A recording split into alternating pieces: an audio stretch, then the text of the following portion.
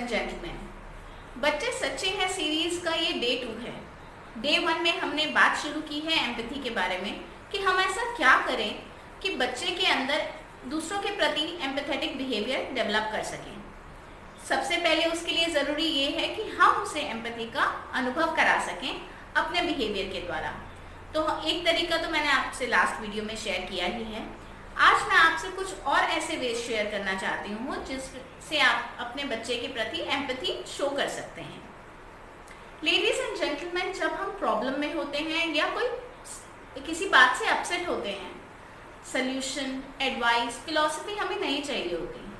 उस समय हम एक ऐसे व्यक्ति को ढूंढते हैं जो हमारे प्रॉब्लम को समझे और हमारी पेन को महसूस कर सके। और जैसे ही हमें ऐसा व्यक्ति मिल जाता है तो हमारी उस प्रॉब्लम के साथ डील करने की क्षमता बढ़ जाती है। तो हमारे बच्चे हमसे कुछ अलग नहीं हैं, उनको भी एक ऐसा पेरेंट चाहिए जो उनकी प्रॉब्लम को समझे और उनकी प्रॉब्लम की जिससे जो पेन हो रहा है उसको फील कर सके।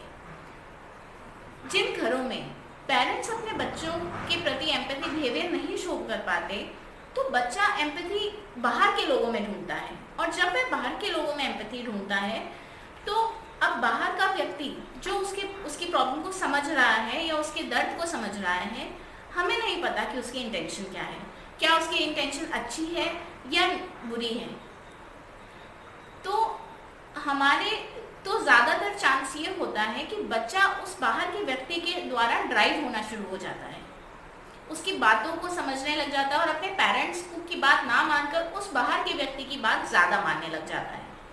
तो इसलिए इट इज़ वेरी इम्पेरेटिव कि हम एज पेरेंट्स अपने बच्चों के प्रति एम्पैथी शो करें ताकि उसको वो बाहर ढूंढने की ज़रूरत ही ना पड़े। तो आज मैं कुछ वेज शेयर करने वाली हूँ। दो लेडीज एंड जेंटलमैन, एम्पैथी हमारी मदर टंग का पार्ट तो है नहीं, तो ये जो नेचुरली फ्लो करेगी, तो ये हमारी कंसिस्टेंट प्रैक्टिस और इम्प्लीमेंटेशन से ही हमारी लैंग्वेज में आएगी। फर्स्ट तरीका ये है, listen to with full attention to your child. बच्चे की बात ध्यान से सुने। बच्चों को अक्सर अपनी बात उस पेरेंट से करना ज़्यादा इजी लगता है जो उसकी बात ध्यान से सुनता है, और अगर आप सिर्फ चुपचाप रहकर और काम एक्सप्रेशंस के साथ अपने बच्चे की बात सुनते हैं, बच्चे के लिए बस वही बहुत है। Second, acknowledge with simple word and ask questions if required. जब आप बच्चे की बात सुनते हैं तो सिर्फ चुपचाप रहकर बात सुनना है, पर साथ में आप स्मॉल एक्नॉलेजमेंट्स भी दे सकते हैं, चाहे वो आप नॉडिंग करके दें या आप वर्ड्स यूज करें, आई सी, ओ। जब हम ऐसा करते हैं और बच्चे को क्वेश्चंस भी पूछें, अगर आपको कोई चीज़ नहीं समझ में आए तो उसको क्लैरिफिकेशन के लिए पूछें कि अच्छा फिर क्या हुआ, तो ओके, अच्छा, ताकि बच्चे को अपनी बात पूरी बोलने का मौका मिले। और इस मौके जब हम ऐसा कर पाते हैं, बच्चों को अपनी भावनाओं, अपनी फीलिंग्स को खुद एक्सपीरियंस करने का मौका मिलता है, समझने का मौका मिलता है, और हो सकता है कि बच्चा अपनी प्रॉब्लम का सलूशन खुद ही निकाल ले। Third thing is, name the feeling that the child is experiencing. बहुत बार देखा गया है पेरेंट्स बच्चों की गुड फीलिंग्स तो शायद एक्सप्रेस कर भी देते हैं, बट नेगेटिव फीलिंग्स बिल्कुल एक्सप्रेस नहीं करते।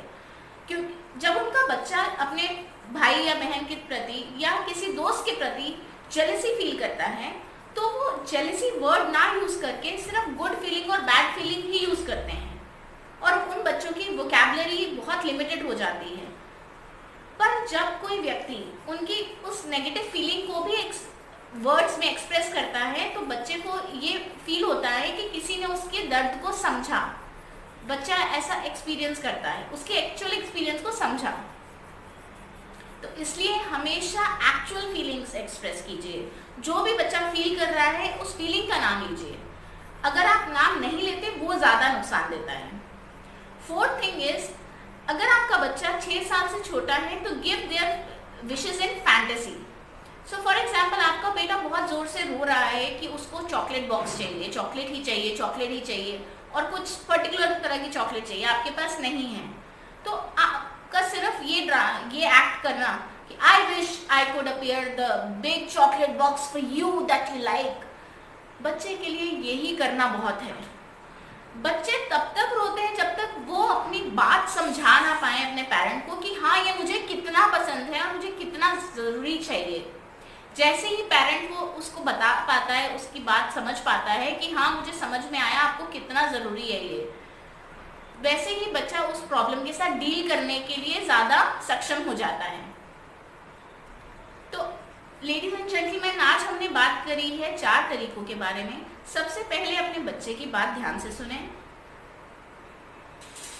एक्नॉलेज करें और क्वेश्चंस पूछें अगर आपको कुछ नहीं समझ में आया तो। तीसरा, give their feelings a name, उनकी फीलिंग्स को एक नाम दीजिए। और चौथा, अगर आपका बच्चा 6 साल से छोटा है तो give their wishes in fantasy. अगर आपको मेरी वीडियो पसंद आई है तो लाइक ज़रूर कीजिए, कमेंट कीजिए, शेयर कीजिए इस वीडियो को ज़्यादा से ज़्यादा पेरेंट्स के साथ। सब्सक्राइब कीजिए इस चैनल के साथ। Stay tune for more such videos and parenting tips. Thank you very much. Have a blessed life.